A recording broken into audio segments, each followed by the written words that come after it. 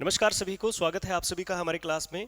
और पहले वीडियो में हमने क्या जाना कि उस पोएम की थीम क्या है, इसके टाइटल के बारे में, ऑक्टेव सेस्टेट के बारे में जाना और जॉन मिल्टन के बारे में जाना। आज हम शुरू करते हैं ओन हिज ब्लाइंडनेस का टेक्स्ट। उससे पहले हम आपको बता दें कि you can an English academy grade third और ग्रेड सेकंड के कोर्सेज की सफलता के बाद आप सभी के लिए लेकर आए हैं ग्रेड फर्स्ट का कोर्स एंड टेस्ट सीरीज। आप सभी से जो है वो अनुरोध है कि आप जो है इस कोर्स का हिस्सा बने और अपनी सफलता निश्चित करें। प्रीवियसली जो एग्ज़ाम हुए उन एग्ज़ाम्स के अंदर हमारे टेस्ट सीरीज़, हमारा कंटेंट बहुत ही शानदार तरह से जो है वो रहा और विद्यार्थियों को काफ़ी फ़ायदा मिला। आप भी इसी तरह से जो है एग्ज़ाम बेस्ड स्टडी करना चाहते हैं तो you people are always welcomed. आइए पढ़िए, हर समय हर जो है वो टाइम आपके प्लान की चेंज जो है वो प्लान को परिवर्तित किया जाएगा टाइम को देखते हुए, समय को देखते हुए और हर जो है वो नज़ाकत को देखते हुए, समय की नज़ाकत को देखते हुए हम आपको एक अच्छा प्लान जो है वो प्रोवाइड करवाएंगे। याद रखिए, एक अच्छा प्लान अच्छी सफलता तक लेके जाता है।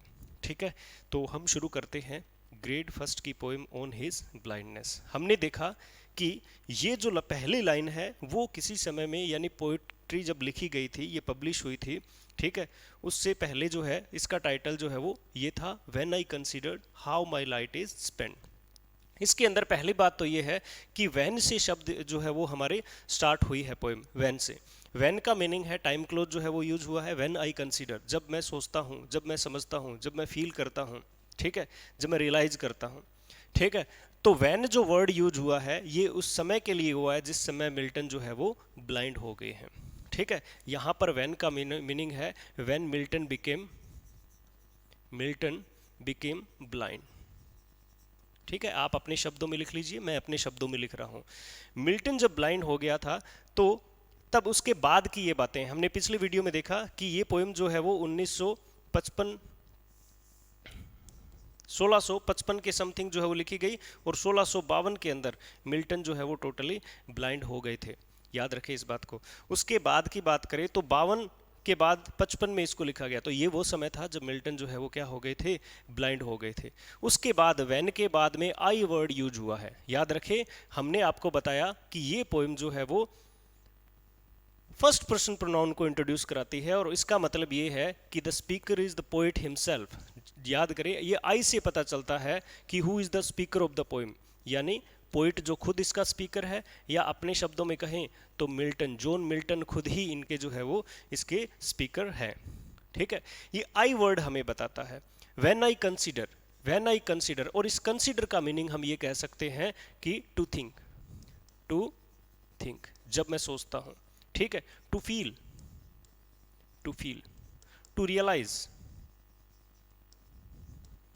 ये तीन बातें जो है हम यहाँ पर ट्रांसलेट इसको कर सकते हैं। When the poet thinks, when the poet feel, when the poet feels. इस तरह की बातें जो है वो हम यहाँ पर लिखते हैं कि व्हेन आई कंसीडर। और इन्हीं तीन शब्दों से, इन्हीं तीन शब्दों के बाद how my light is spent, ये पूरी लाइन हमें क्या बताती है कि the poem has an isolation start, the poem has an isolation start.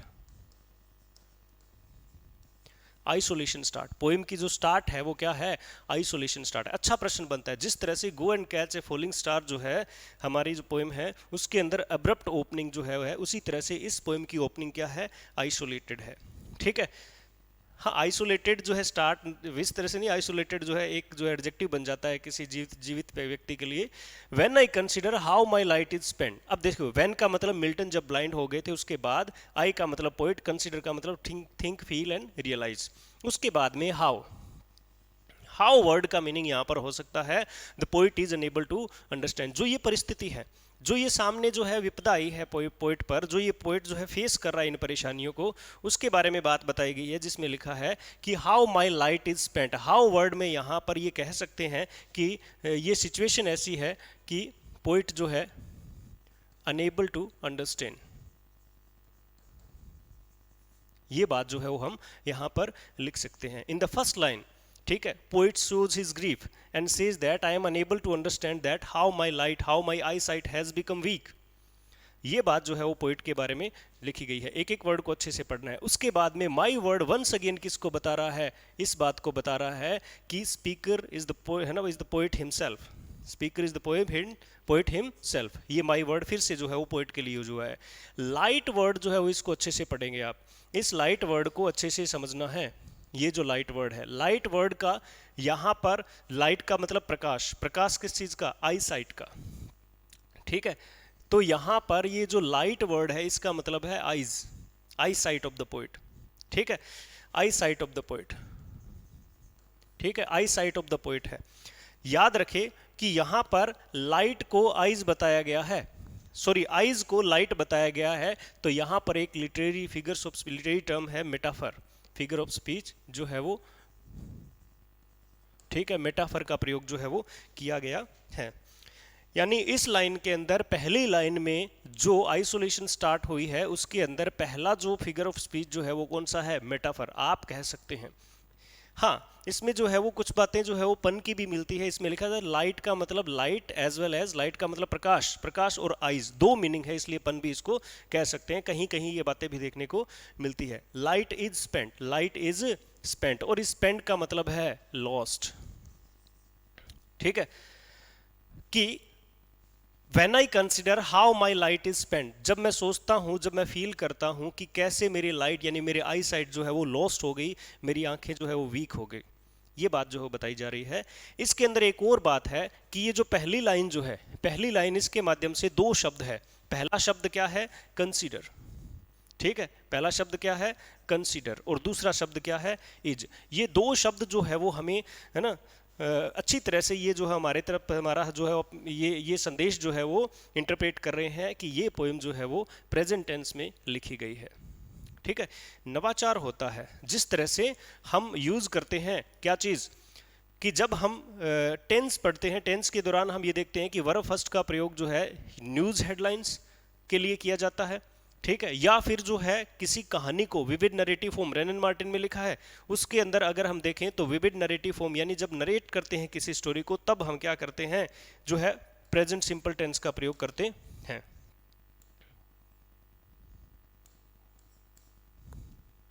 हाँ जी, प्रेजेंट सिंपल का प्रयोग करते हैं। यानी हमें जो है बिल्कुल जो है नवीनीकरण लेके आने के लिए, नयापन दिखाने के लिए हम इस बात करते हैं।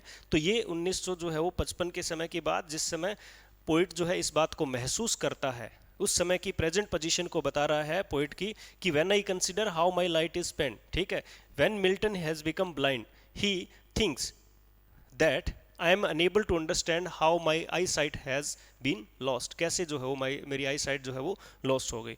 तो पहली लाइन में क्या क्या ध्यान में रखेंगे, पहली लाइन में पहली बात तो है हम आइसोलेशन, आइसोलेशन स्टार्ट की बात करेंगे, ठीक है।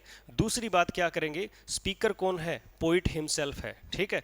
तीसरी बात क्या करेंगे, मेटाफर यूज हुआ है, मेटाफर यूज हुआ है किसमें, ठीक है, लाइट वर्ड में, लाइट वर्ड में क्या यूज हुआ है, मेटाफर यूज हुआ है। ये सारी बातें थी, ठीक है। पहली लाइन से रिलेटेड ये बातें आप अच्छी तरीके से समझिए। और एक बात बार बार पढ़ें इसको, when I consider how my light is spent, कोई भी एक जो है which of the following is an incorrect statement, इनके बारे में कोई भी बात बताई जा सकती है। चौथी बात हम कह सकते हैं कि पहली लाइन से हमें पता है कि टेंस कौन सा है, ठीक है, प्रेजेंट है, ठीक है, प्रेजेंट टेंस का प्रयोग किया गया है, ठीक। उसके बाद में सेकंड लाइन की अगर हम बात करें, और जिस तरह से पहली लाइन में जो है वो व्हेन यूज हुआ था, उसी तरह से हम ये बात करते हैं कि यहां पर जो है वो अर वर्ड है, ठीक है, ERE, इसका मीनिंग होता है बिफोर। क्या मीनिंग होता है, before. When I consider how my light is spend before half my days, before half my days. आप कभी भी ये नहीं करेंगे कि ये जो अर जो है वो ये एक कंजंक्शन का प्रयोग किया गया है। यहाँ पर एक प्रपोजिशन के सेंस में एक जो है बात प्रयोग की गई है कि when I consider how my light is spent, ठीक है, बिफोर, बिफोर यहाँ पर कंजंक्शन की बात नहीं, यहाँ पर क्या है, एक प्रपोजिशन है हाफ। हाफ का मतलब क्या है, हाफ का मीनिंग क्या है, यहाँ पर आप सोचिए, हाफ का मीनिंग है हाफ लाइफ। देखिए जिस तरह से हमारे मान्यता है, एक क्या है हमारे जो है वो एक प्रकार की मान्यता है क्या, कि एक व्यक्ति जो है वो 100 ईयर तक जीवित रहता है ना। 100 ईयर जो है वो मानी जाती है लाइफ। और जो है before half my days, before half my days, इस फ्रेज को पढ़ते समय हमें पता चलता है कि हाफ माई डेज, जब मिल्टन जो है वो 44 ईयर्स की एज में जो ब्लाइंड हुए थे, 44 ईयर एज में ब्लाइंड हो गए थे, उस बात को रिप्रेजेंट करता हुआ ये जो हाफ वर्ड है, यानी यहाँ पर ठीक है हाफ माई डेज का मीनिंग है हाफ माई लाइफ। डेज का मीनिंग यहाँ पर क्या कर सकते हैं अपने, लाइफ वर्ड कह सकते हैं। ठीक है, और ये हाफ माई डेज ये पूरी किसको बता रही है, एट द एज, ठीक है जस्ट ए मिनट, क्या किसको बता रही है, at the age of 44 years. Poet की 44 साल की एज में अंधे हो जाने की बात को बताया जा रहा है। पर बिफोर यानी 44 है ना, हाफ, देखो 44 साल 50 से थोड़ा कम है, इस बात को बता रहा है कि बिफोर हाफ माई डेज यानी हाफ माई लाइफ, मेरी आधा जीवन भी मैंने व्यतीत नहीं किया था, मैं नहीं जिया था, उससे पहले मेरी आई साइट जो है वो वीक हो गई, ब्लाइंड हो गया मैं। इस ग्रीफ को, इस दुख को, इस टेंशन परेशानी को बता रहा है, इस प्रॉब्लम को प्रेजेंट कर रहा है ना पोइट। अब यहां पर आप देखिए लाइफ, डेज को लाइफ कहा गया है, वंस अगेन जो है वो मेटाफर का प्रयोग यहां पर हम कह सकते हैं। मेटाफर, कुछ बातें यहां पर ऐसे है, हम जो है डेज को हम ईयर्स से भी तुलना कर सकते हैं, ईयर्स, डेज को हम ईयर्स भी कह सकते हैं, लेकिन ख्याल इस बात का रखें क्या कि जब हम डेज वर्ड को देखें, ठीक है, तो इसके दो मीनिंग हैं, मान सकते हैं, पहला लाइफ, ठीक है, और दूसरा ईयर्स, है ना, ये इसके दो मीनिंग है। अब इन दोनों मीनिंग में आप देखिए कि अगर हम इस बात को यहां से देखें, यहां देखें तो यहां पर जो है मेटाफर का प्रयोग जो है वो ये क्लिक कर लीजिए, यस है, लेकिन डेज और ईयर में दोनों ही टाइम है, दोनों ही समय है, इसको हम जो है वो बिल्कुल भी ये नहीं कहेंगे कि ये मेटाफर है, ये मेटाफर नहीं है। तो इस वर्ड को अगर लाइफ से, हाफ माई डेज का मतलब at the age of 44, half my days का मतलब हाफ माई लाइफ, तो यहां पर लाइफ वर्ड है तो आप मेटाफर कर सकते हैं, करिए मेटाफर, ठीक है।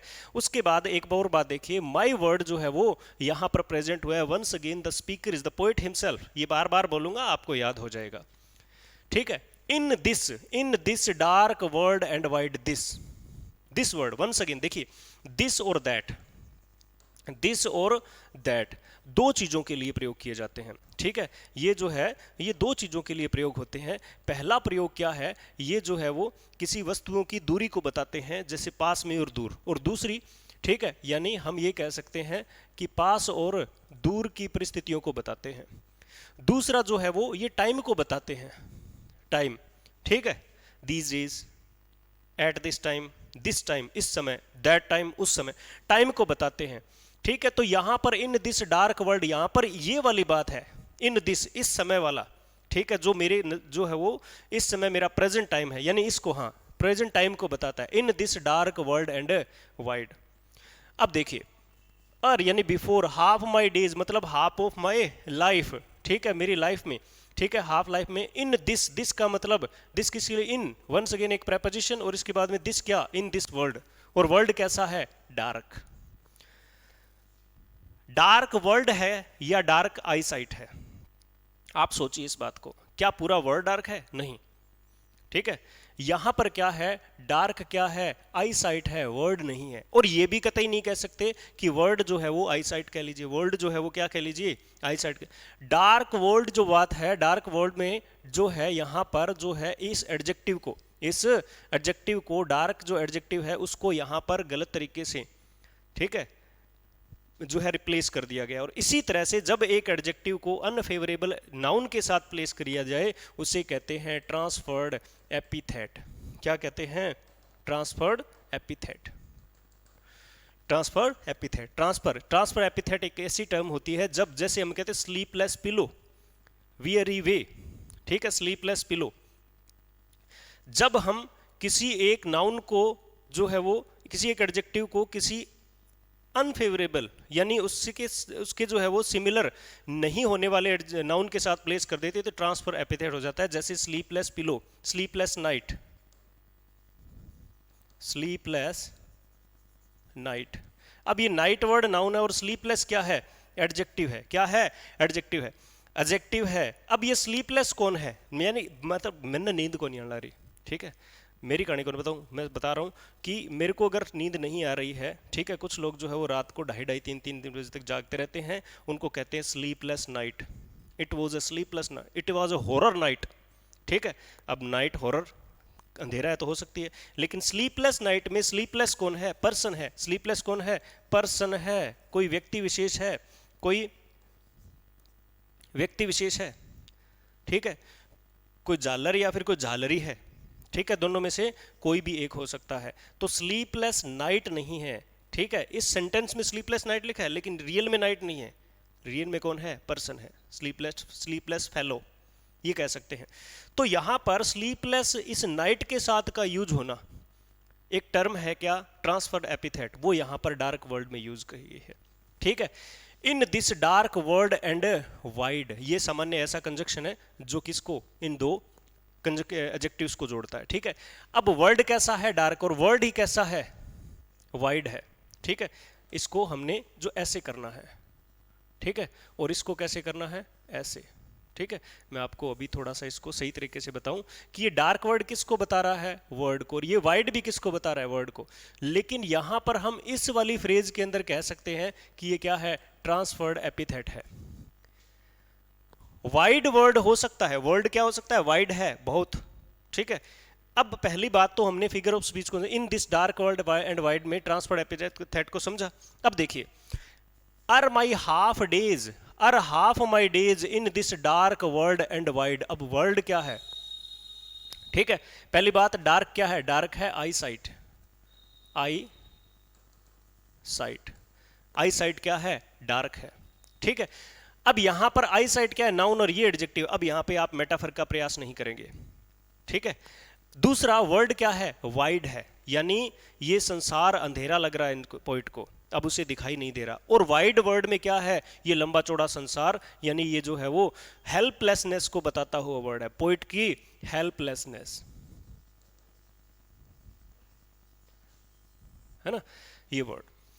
यानी पोइट क्या कहता है कि when I consider how my light is spend, कि मैं जब सोचता हूं, जब मैं फील करता हूं, जब मैं रियलाइज करता हूं कि कैसे मेरी आई साइट जो है वो लॉस हो गई, कब, बिफोर हाफ माई लाइफ, मेरी आधे जीवन से भी पहले, यानी at the age of 44, in this dark world and, इस संसार में, इस डार्क वर्ल्ड में, डार्क वर्ल्ड क्या हो गया है, वर्ल्ड क्या हो गया पोइट के लिए, डार्क हो गया है, वर्ल्ड क्या हो गया पोइट के लिए, डार्क हो गया, क्योंकि आई साइट जो है वो नहीं है, आई साइट नहीं है। और वाइड क्यों हो गया, helplessness, I am not able to understand, ठीक है, मुझे इन विपत्तियों को, इन परिस्थितियों को मैं जो है वो झेल नहीं पा रहा हूं, हेल्पलेसनेस वाइड वर्ड में, ठीक है। तो दूसरी लाइन हमारी कंप्लीट हुई। क्या देखा, क्या देखा कि ये पूरी लाइन जो है किसको बता रही है, हेल्पलेसनेस को बता रही है, ठीक है, हेल्पलेसनेस को। दूसरा, डार्क वर्ड में ट्रांसफर्ड एपिथेट है, डेज वर्ड में ट्रांसफर्ड है, अगर इसका मीनिंग क्या हो, लाइफ हो, ईयर से अगर करें तो ट्रांसफर एपिथेट, ये सॉरी मेटाफर का प्रयोग हम नहीं मानेंगे, ठीक।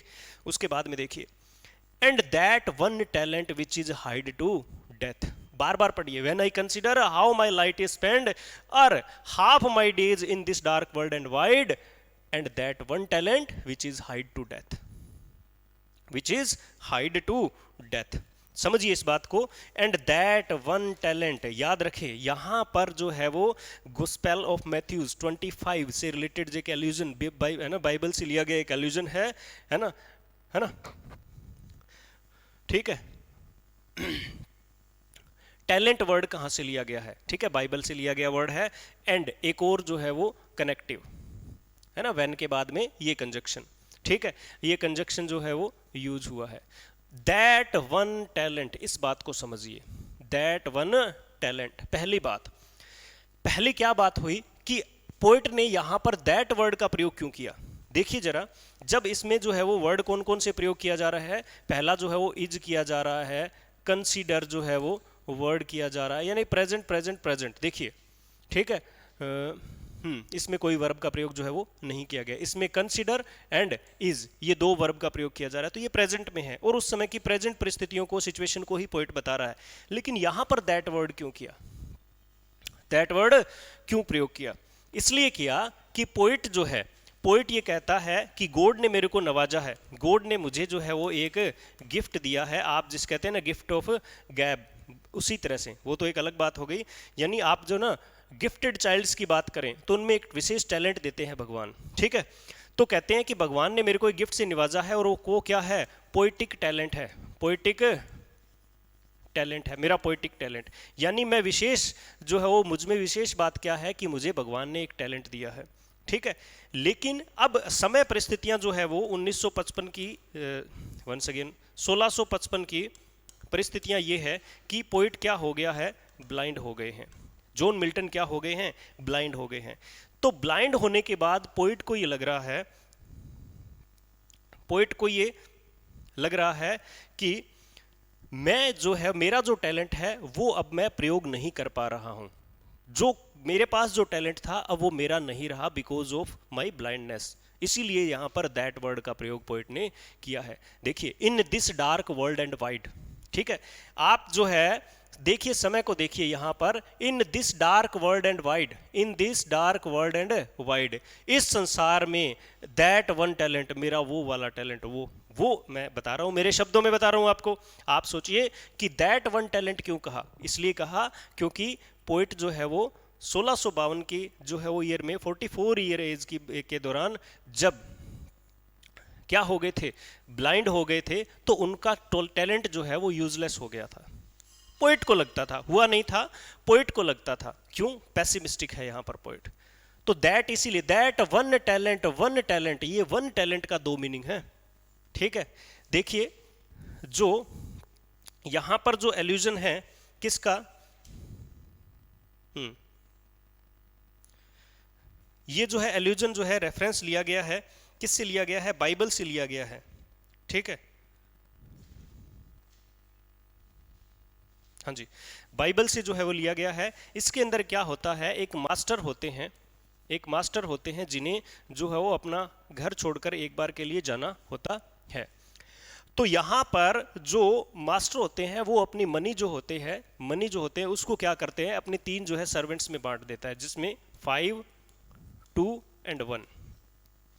इस तरह से जो है वो अपने जो है सर्वेंट्स को ये जो है मनी डिवाइड करके दे देते हैं, ठीक है। जब वो वापस आते हैं तो यहां से उन्हें मिलता है 10, ठीक है, यहां से मिलता है 4, टैलेंट्स की बात की जा रही है, और यहां पर मिलता है 1, ठीक है। देखिए यहां पर जो है एक कहानी है बाइबल से ली गई है, जिसमें मास्टर जो अपने तीन सर्वेंट्स में जाते समय, घर को छोड़ते समय, जो अपने धन को, अपने मनी को जो क्या करते हैं, डिवाइड करके जाते हैं। जब वापस आते हैं तो इसने 5 की यानी डबल कर रखा था, इसने भी डबल कर, इसने अपने जो है सेम मनी को वैसे ही रखा हुआ था, ठीक है। तो यहां पर टैलेंट का मतलब होता है वो मनी। टैलेंट जो है बाइबल में जो रेफरेंस दिया है उसके अंदर मनी को कहा जाता है। यहां पर 2-4 बातें हैं। टैलेंट जो है, कोई तो कहते हैं कि 34 जो है वो डेज की जो वेजेस है उनको क्या कहते हैं, एक टैलेंट कहते हैं, एक टैलेंट का मीनिंग कह सकते हैं। दूसरा, कहीं पर मिलता है 34, ठीक है, और कहीं पर मिलता है 36, ठीक है, और कहीं पर कहा जाता है कि 1 talent is equal to 1 coin. ये अलग अलग बातें हैं, हमें ये नहीं सोचना। हम ये सोचेंगे कि टैलेंट का मतलब पहला मीनिंग जो है वो यहां पर क्या है, मनी है। ये मान लीजिए ये रही मनी, ओ है रिपिया पड़े निराई, तो पहला मनी है, और दूसरा क्या है, पोइटिक टैलेंट, पोइटिक टैलेंट, ठीक है, पोइटिक टैलेंट। ये दो देखिए। अब देखिए, ठीक है, मनी किससे रिलेटेड है, बाइबल से रिलेटेड। बाइबल में, बाइबल से जो एल्यूजन लिया गया, गॉस्पेल ऑफ मैथ्यूज 24 से लिया गया, ठीक, 25 से सॉरी लिया गया, उसके अंदर टैलेंट क्या है, मनी है, ठीक है।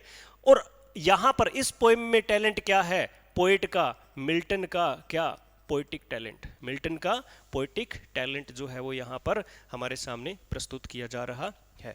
तो अगर टैलेंट के दो मीनिंग हो जाते हैं तो यहां पर एक वर्ड आता है हमारा जो है वो पन, ठीक है, क्या आता है, पन। यहां पर पन का प्रयोग किया गया है। पन क्या होता है, एक वर्ड के दो meaning, life depend on liver, liver LIVER, liver रहने वाला, ठीक है, और एक लीवर कौन सा, लीवर बॉडी ऑर्गन।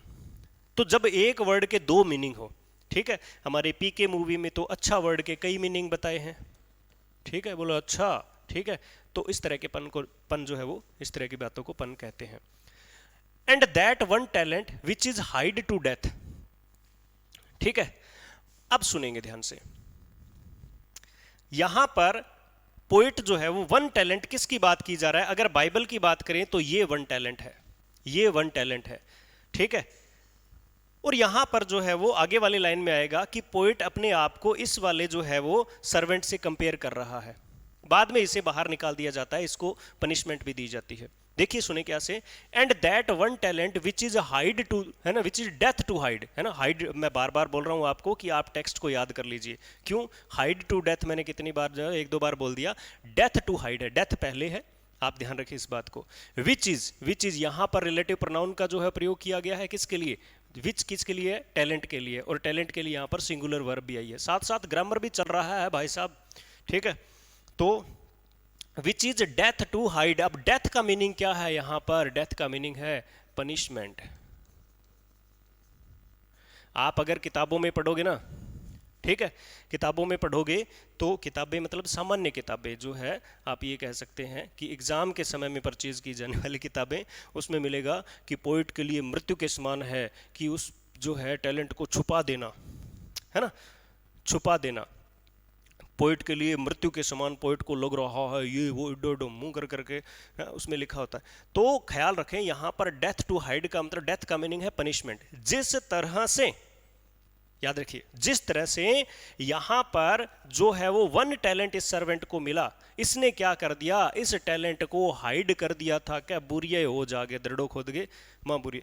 तो which is death to hide, सुने ध्यान से कि जिस तरह से इस जो सर्वेंट ने क्या किया है, एक टैलेंट जो इसे मिला था, वन टैलेंट जो मिला था, उस वन टैलेंट को इस हाइड वर्ड क्यों लिखा है? क्योंकि इसने हाइड कर दिया था, छुपा लिया था। कंसील, हाइड वर्ड और कंसील वर्ड में बड़ा फर्क है, बहुत फर्क है। कैसे? सॉरी, हाइड वर्ड में कंसील में सिमिलरिटीज है, लेकिन पोइट के सेंस में जो है वो क्या है? सही नहीं है। सुने ध्यान से कैसे, मैं आपको एक मिनट में बात क्लियर करता हूं कि जिस तरह से मास्टर के दिए गए वन टैलेंट को इस सर्वेंट ने, थर्ड सर्वेंट ने छुपा दिया था और उसे पनिशमेंट मिली थी, इसे निकाल दिया गया था घर से, इसे जो नौकरी से निकाल दिया गया था, तो ये पनिशमेंट थी उसकी। उसी तरह से पोएट खुद के बारे में कहते हैं, क्या कहते हैं? कि जिस तरह से इस सर्वेंट ने ये वन टैलेंट इसी के लिए है और हाइड कर दिया था, तो उसे सजा मिली थी,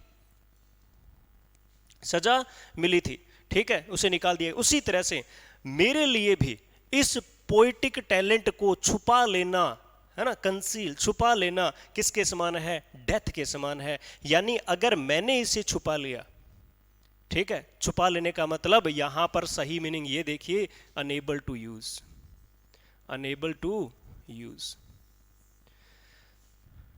मैं इस समय अनेबल टू यूज हूं, मैं इस पोएटिक टैलेंट का प्रयोग नहीं कर पा रहा हूं, और ये मेरे लिए पनिशमेंट जैसा होगा जिस तरह से इस जो है थर्ड सर्वेंट को पनिशमेंट जो है वो मिली थी। ये बात कही जा रही है। इजी वे में देखिए इसको, 3 लाइनों को अच्छे से देखिए।